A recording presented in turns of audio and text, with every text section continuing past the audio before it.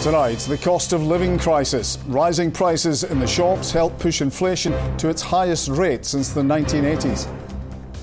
I worry that I might need to just cut even my maternity leave short and just continue working full time. Because even working full time, I'm still trying to get by. Meanwhile, as the cost of living rises, people are looking for pay rises. ScotRail is winding down services. A second day of rail strikes will halt most of the network tomorrow. A family desperate for answers after a man goes missing on a walking holiday in Argyll. And in sport, like a glove, new Celtic keeper Ben Siegrist and why the club was a perfect fit for him. I'm Kellyanne Woodland in Edinburgh. And I'm John Mackay in Glasgow. This is the STV News at 6.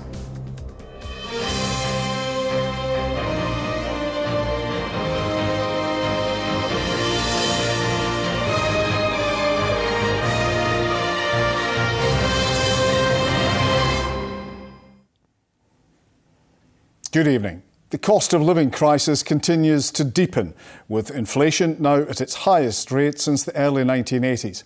Inflation, of course, measures the increasing cost of everything we buy by comparing how much things cost now as to this time last year. And as you can see, it has risen from around 2 to 2.5% last summer to 9.1% and is expected to hit 11% by the autumn. Fuel and energy prices are still driving up inflation, but food costs are now pushing it even further. Overall, grocery prices have risen by 1.5% between April and May. One woman has told STV News that she's taking on debt just to get by, as Vanessa Taff reports.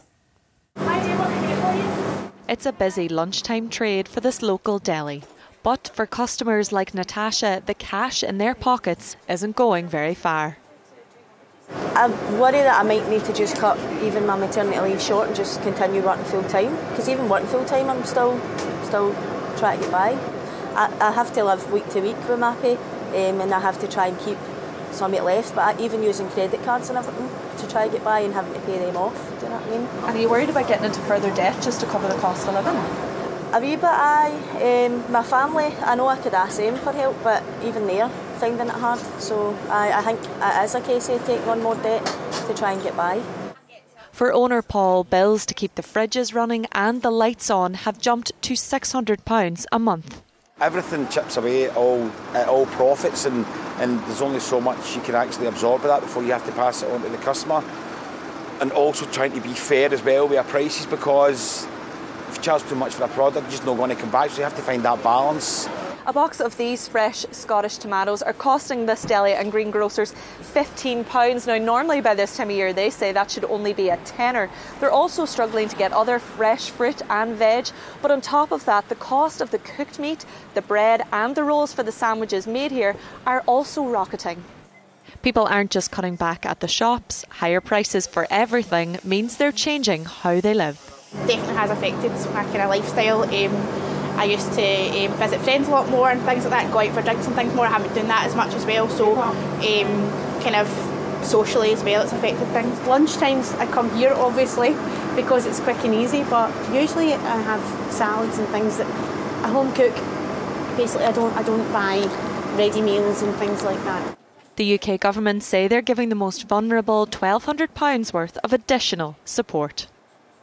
Now, I want people to be reassured that we have all the tools we need and the determination to reduce inflation and bring it back down. Firstly, the Bank of England will act forcefully to combat inflation. Secondly, the government will be responsible with borrowing and debt so we don't make the situation worse. We have approximately £3 billion already allocated to help reduce the costs that families are facing. But ultimately, if it's energy and food prices that are driving the increase, it needs to be resolved at source, and the powers to do that lie with the UK government. Joanne, that is your change. Thank you very much. And of course, as prices rise, people look for bigger pay increases, which in turn pushes up costs and inflation even more. Right now, that cycle is only set to get worse. Vanessa Taff, STV News, Kirkintilloch. Well, as Vanessa mentioned, inflation means people are looking for bigger pay rises, and a second day of rail strikes will go ahead tomorrow after talks between Network Rail and the union RMT broke down without agreement. Once again, just a handful of trains in Scotland will be in operation, with much of the country cut off by rail. Our reporter Caroline Lewis is at Partick Station now. And Caroline, still no resolution? Sadly not. It's been pretty busy down here at Partick and other stations in Glasgow today, but that will once again be all changed tomorrow, as the union confirmed this afternoon that tomorrow's strike will be going ahead, and that's because the talks not only failed to reach an agreement but completely broke down together. So things are already winding down here and at stations across Scotland, and as they do, it seems that we're no closer to reaching a resolution to this dispute. So travellers can expect another difficult day ahead. A new day, and for commuters, it was largely back to business as usual. Despite yesterday's strike, more than 80% of trains across Scotland ran today. But another day of industrial action will go ahead tomorrow, meaning many will have to once again rethink their plans. Yeah, it's okay. I suppose you can see it from both sides, but yeah, we find it a little bit frustrating. I think it's a bit unnecessary. We're all suffering. I support it, yeah, I'm for it. I think it's a good idea. Gives more power to the workers, and I think that's a good thing. Tomorrow, only 5 trains will be in operation between 7:30 in the morning and 6:30 in the evening. These are Edinburgh to Glasgow via Falkirk High and via Shotts, Edinburgh to Bathgate, Glasgow to Hamilton and Glasgow to Lanark, and cross-border services will also be reduced. Talks between the union and the rail operator did get back underway this morning.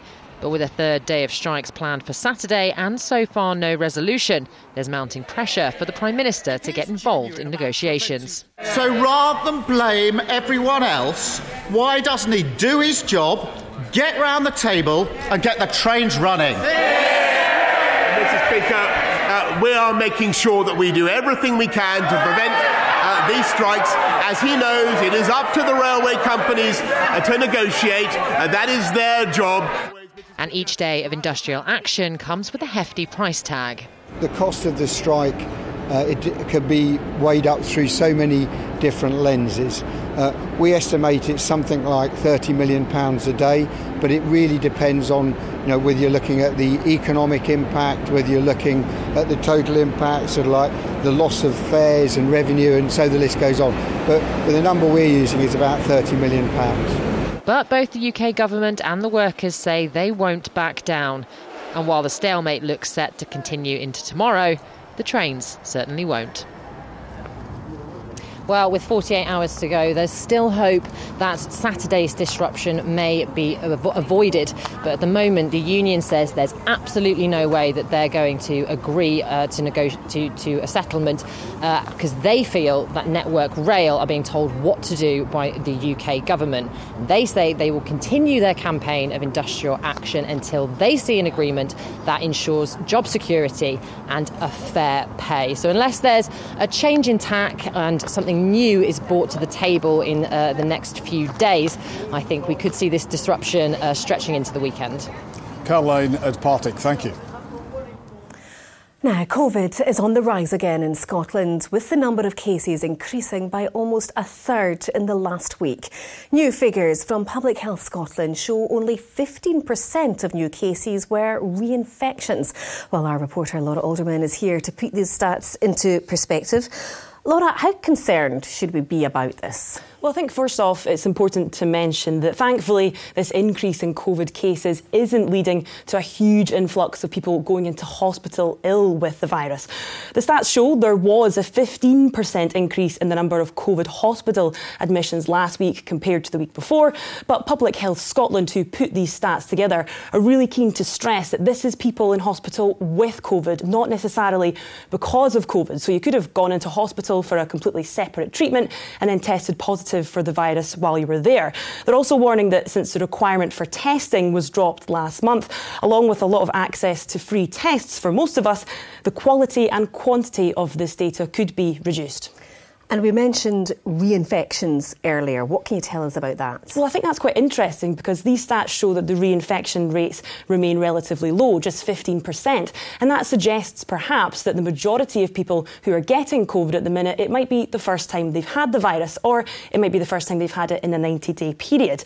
But it does feel at the minute, with cases rising, that it's becoming increasingly difficult to avoid getting the virus. Public health experts are urging us to avoid it at all costs still. If you are in a vulnerable group, more vulnerable to the virus, the spring booster programme is still up and running just now. That's running until the 30th of June, so just next week. So if you haven't booked an appointment yet and you are eligible, you're being urged to do so as soon as possible. All right, that deadline fast approaching. OK, Laura, thanks very much for that. The family of a man who went missing on a walking holiday in Argyll are desperately trying to get answers as to what has happened to him. Neil Skinner from Doncaster was last seen on the 8th of May in the Bridge of Orchy area. The group of friends he was with found his tent and trekking poles the following day, but there has been no trace of the 71-year-old since. The family has been told it's unlikely Neil is still alive. Susan Ripple reports. That is so cool, Dad. Neil Skinner has been on many walking holidays, but this time he hasn't come home. His daughter Kate didn't know he'd travelled to Scotland until the police called to say her dad was missing. Initially it was just utter shock, disbelief. I just remember going to bed that first night and just laying on my pillow and I just cried, because I just thought, my dad is out in the middle of nowhere with no cover. He must be so scared. The first few weeks I just was carrying my phone everywhere with me around the house. I just never put my phone down, never left it, because I just kept thinking, today's going to be the day I get the phone call. Neil was last seen on CCTV on Saturday the 7th of May at the Green Welly stop in Tyndrum. He and his friends then parked their car at the Victoria Bridge car park before hiking for 6 miles to the banks of Loch Dochard, where they camped for the night. The next day, they set off for Loch Etive, but about an hour and a half in, Neil decided to turn back to the campsite as he felt the hike was too much for him. His friends carried on, but because of bad weather, they didn't finish the full hike and decided to also head back on the Monday. When they returned to Loch Dochard, Neil's tent, his walking poles and overnight oats were all there, but there was no sign of him. Kate took this video after travelling to the area to try and understand what might have happened. Did you walk by and he got chatting to you, was enjoying talking so much, he's got disorientated, you've then walked on further and he's said, I must walk back to my tent now, and he's then lost his way back finding his way back to his tent. Despite extensive police searches of the area, there's been no trace of Neil. It's also hard for them to get a boat to the area, but this voluntary search and recovery dive team has reached out to Kate to offer support. Obviously, it's deflatable, it's inflatable, it's a lot easier to carry, so a lot less accessible places, actually better place to get into it. When we've put the kids to bed and things are quiet in your life, that's when the reality hits, and it's a very lonely place to go, because that's when your mind can run away with you and you start going to places that you don't want to go to in your mind, of just sheer panic and worry for what your dad went through, what he could have gone through. The family's been told it's unlikely Neil will be found alive, and now they're desperately trying to find his body to hold a funeral. They're finding it hard to explain to the children what's happened to their grandpa. He met his youngest grandson Gabriel for the first time shortly before going missing. Susan Ripple, STV News, Derbyshire.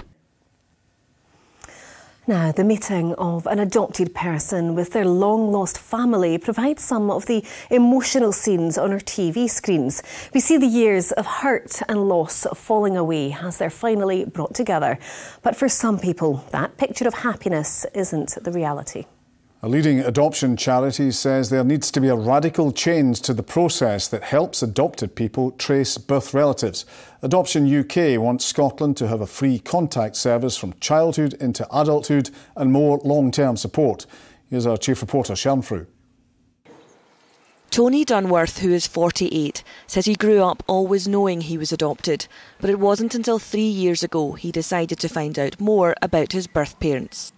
When I was adopted, I was handed a a box of my life that at some point I felt compelled to open, and there's been a lot of pain, but it was a compulsion. I had to look in the box, and I don't regret it. For Tony, like many others, this complex situation began with applying for sealed adoption records.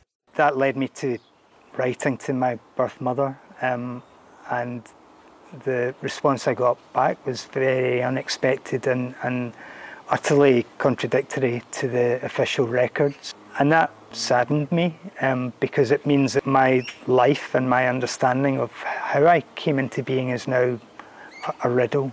I'm lucky in that I can support myself and fund my counselling, try and reconcile the issues. There must be a great number of people out there who can't do that, are kind of left somewhat abandoned.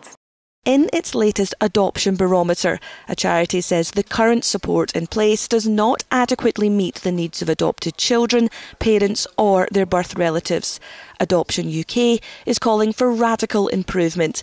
It wants to see free contact centres set up from the point of adoption. There needs to be that recognition of the support that needs to be put in place for their life story work, their identity. We have found your brother. No. Wait! Programmes like Long Lost Family often feature joyous reunions. The charities say long-term support is also needed after the initial meeting. Tony says a happy ending to his story wasn't his motivation when he set out on what proved to be a difficult search for answers. There's many adoptees who must feel the same, where all they have is the ability to ask questions and perhaps arrive in a cul-de-sac in their life story, but that's okay. The Scottish Government say it continues to fund BirthLink, an organisation that helps people trace their birth families. It added it remains committed to working with partners and those affected to understand any barriers they face when navigating such a complex and sensitive situation. Sharon Frew, STV News. Other stories across Scotland, and the families of two men who died in the Cameron House hotel fire will be invited to give written statements about the impact of their deaths to a fatal accident inquiry into the blaze. The continued preliminary hearing heard there were no plans to call relatives of Simon Midgley and his partner Richard Dyson as witnesses in person. The Scottish Government has announced it's looking at ways to recoup the £400 energy rebate from second home owners. The Public Finance Minister, Tom Arthur, says the government will work with local authorities to find ways to recover the money and use the funds to tackle the cost of living. One measure being considered is a council tax levy.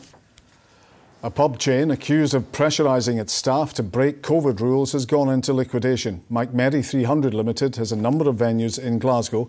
Liquidators are investigating why assets from the collapsed business were transferred to a new firm with links to the previous owners just last month.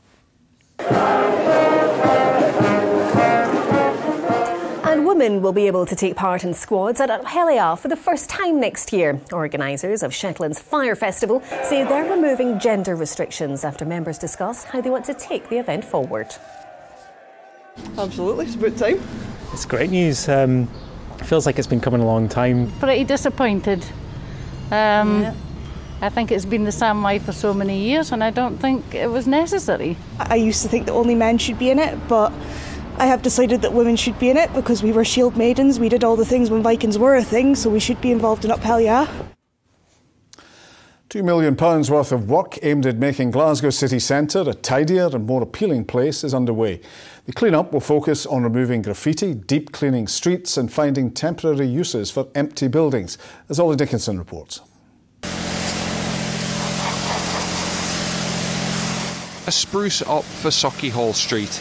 This work to remove posters and graffiti from an empty storefront is one example of work going on across the city in an effort to tidy up the area. What we want to do now as we kind of come out of the pandemic is put an additional focus on trying to address some of these issues and also move forward to the kind of vibrant city centre that we want to see and we want to plan for in partnership with the likes of the Scottish Government as well as the private sector. The takeaway being cleaned is one of a number of sites that are empty. On Sauchiehall Street, a property is vacant every 25 metres. The council want to see more buildings brought back into use, but that's not always straightforward. We need to try and find ways to get property owners to the table, work constructively with them on solutions so that we have kind of new uses for those buildings, redevelopment opportunities as well. We have that dichotomy of short-term turnover but also those longer-term blight, and that's what we need to get to the bottom of. One solution could be buildings like this, the McClellan Works. The 160-year-old building has been transformed into office and creative space. With coffee shops and retail units, developers say it offers a glimpse of the city's future. The good news is there's still really strong demand. There's a vibrant sort of entrepreneurial scene in Glasgow. People want to get back to the office. So it's now, how do we revitalise that? How do we try and reposition some of these assets? And yes, it takes, we need investment, but we need to do our bit for Glasgow in terms of trying to sell the story and build, streets that we can be proud of. The £2 million investment might be the latest plan to boost the city centre's fortunes. For investors, businesses and Glaswegians alike, they hope it's the right one. Ollie Dickinson, STV News. Now Ronnie's here with the sport and the new signings starting to arrive. They have indeed, John.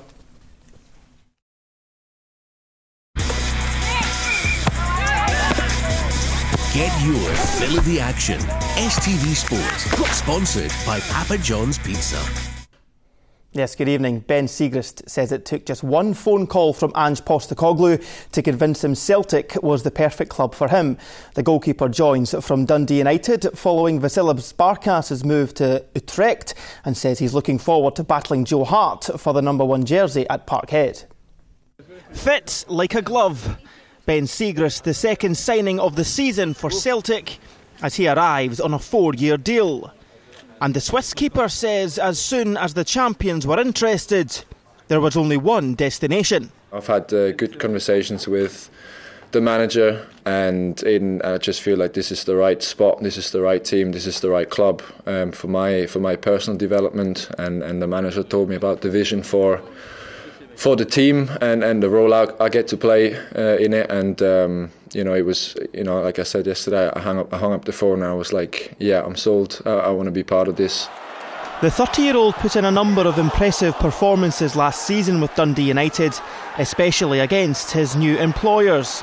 And he admits he's relieved he doesn't have to face the attackers of Celtic again. Whether it's Turnbull's shot or McGregor's shot or Rogic one-on-one, Kyogo's going through, Giacomakis up front. I mean, you name them all. I mean, it's again, I look forward to training with them. Training with the best. After clinching the title, Champions League group stages are on the menu for Ange Postecoglou's side.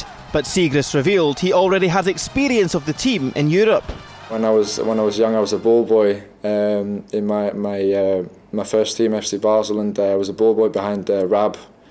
Douglas, so unfortunately for us, Basel knocked us out, but I was there in the stadium, and obviously, to hear the Champions League anthem and to be involved with this club in the Champions League is just amazing. Meanwhile, STV understands the club have agreed a fee in the region of £3.75 million with Lanús for Argentinian left-back Alexandro Bernabei. Staying with football, and in the last few minutes, Motherwell have confirmed the signing of defender Paul McGinn from Hibs.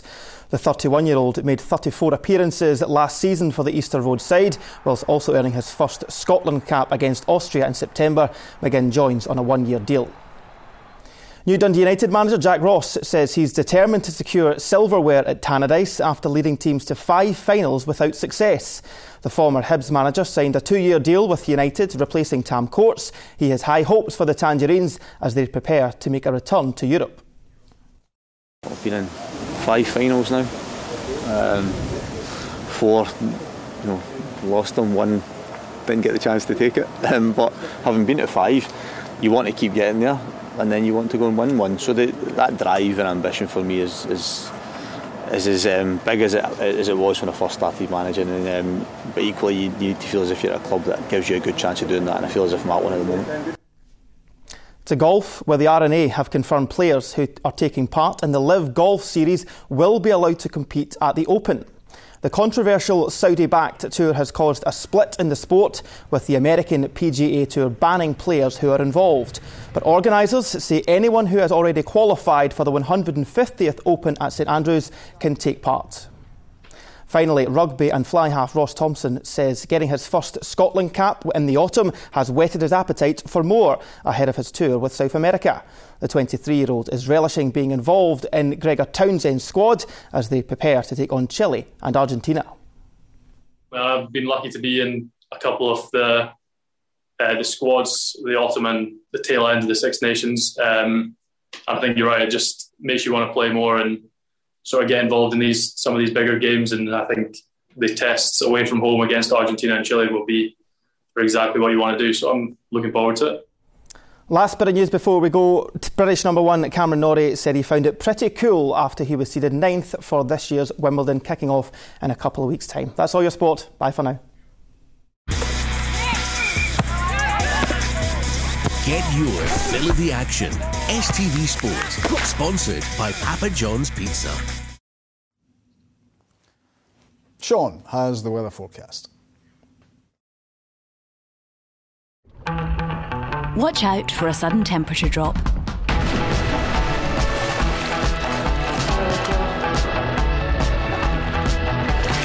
TUI Blue Hotels sponsor STV Weather. Well, over the next couple of days, weather patterns changing a little bit. Have a look at this over Ireland. Watch these ice bars start to develop as an area of low pressure develops, a fairly deep area of low pressure for the time of year, bringing in strong winds, heavy rain and much cooler weather to Ireland. Close enough to us to change our weather as well. We'll see an increasing number of thundery showers as we move into the weekend, and also turning a little bit fresher as well. I mentioned that yesterday. We'll have a look at that little graph and how the temperatures are looking later on the weekend. Temperatures tonight though, 11 or 12, 13 degrees, staying on that warmer side, still about the mid-50s in Fahrenheit. And once again, oh my goodness, we still hang on to this cloud across northwestern parts. We've become pretty used to this on and off over the last week or so, and that cloud lingers around through much of tonight. Breaking up a bit into tomorrow, so we'll get some sunshine developing here. A little bit more cloud developing in central and southern parts as well during the afternoon, but still warm, sunny spells. Highs 21, 22 degrees Celsius, is still feeling very warm, especially the further east we go, and that could just spark off a few showers as we move into the afternoon. I expect on Friday we'll start to see some heavy and thundery showers spreading in from the west, most thundery and heaviest in western parts, but drifting east through the day. Temperatures coming down to about 17 degrees. So highs in Glasgow, for example, tomorrow 21, 22, dropping below average as we head into next week. Bye-bye. TUI Blue Hotels sponsor STV Weather.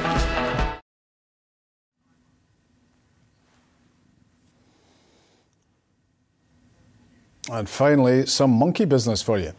Oh yes, just take a look at this 4-week-old wonder.